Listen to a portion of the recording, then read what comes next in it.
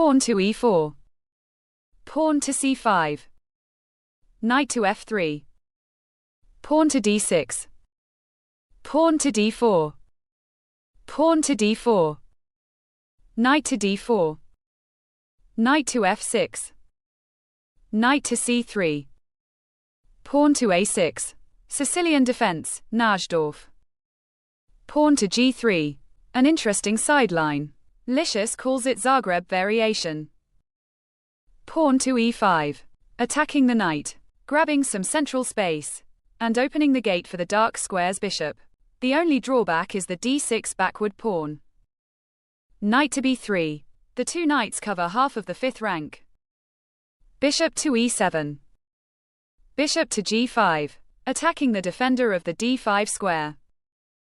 Knight to d7. Pawn to a4. Preventing b5 and securing the c4 square for the bishop. White's strategy is revolving around the d5 square and the backward d6 pawn. Pawn to b6. Preparing to fianchetto the bishop and preventing white from fixing the queen side pawns. Bishop to c4. Increasing the control of d5. It's like white tricked black into thinking that she will fianchetto her bishop on g2. But rather the bishop goes to c4. Bishop to b7.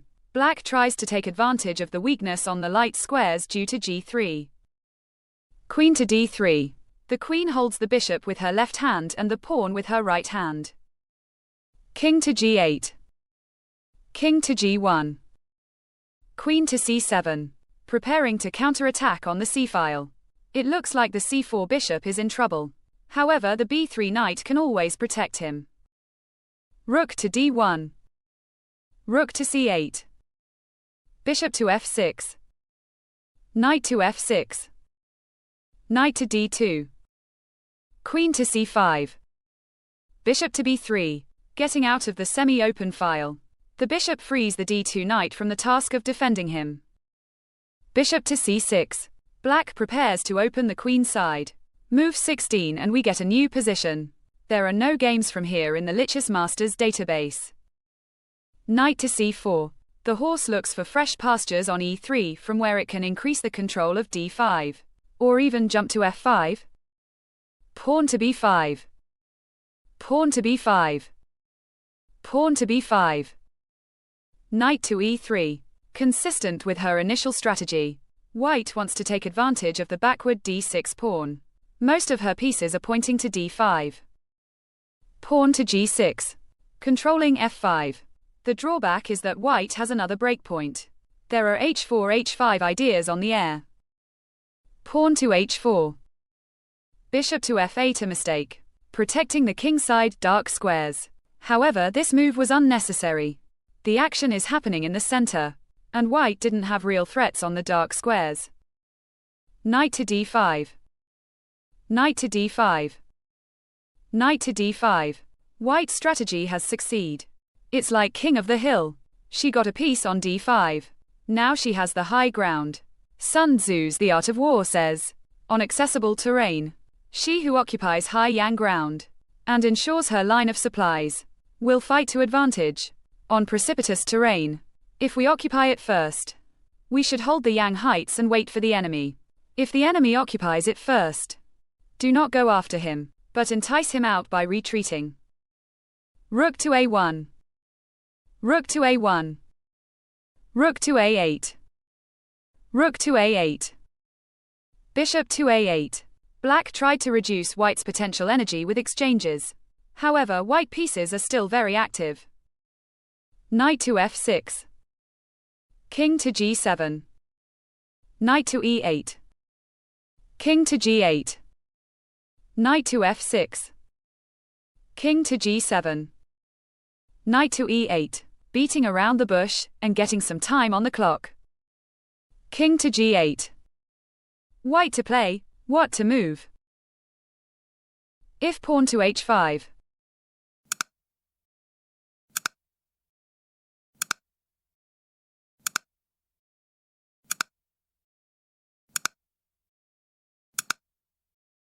And white has the advantage. Bishop to d5, a dubious move, was played in the game. The idea is to use tactics to centralize the knight. and reach a position of good knight versus bad bishop. Black to play. What to move? If queen to c8.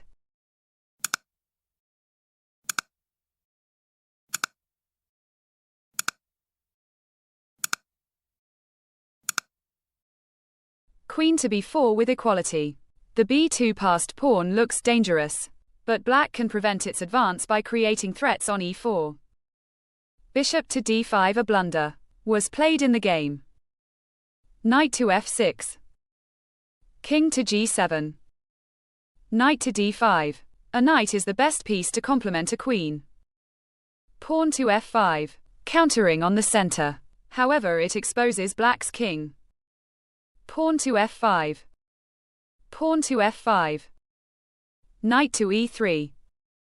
Pawn to e4. Queen to b3. King to f6, a mistake. The brave king moves forward and allows white's queen to invade the last rank. Queen to g8.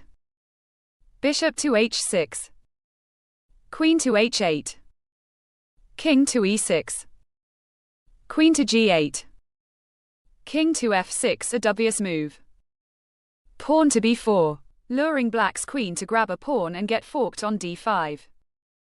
Queen to c6. Knight to d5. White is weaving a mate net. Look how dangerous a queen-knight combination can be.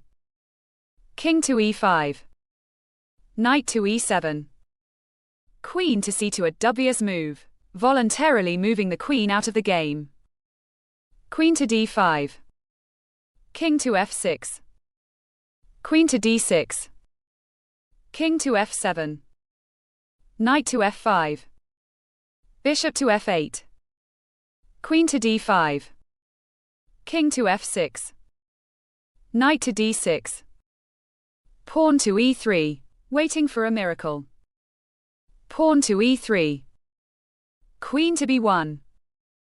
King to g2. Queen to c2. King to h3. Queen to b1. Queen to f7. And black resigns. A superb positional game by Divya. White used the g3 sideline to fight against the Najdorf.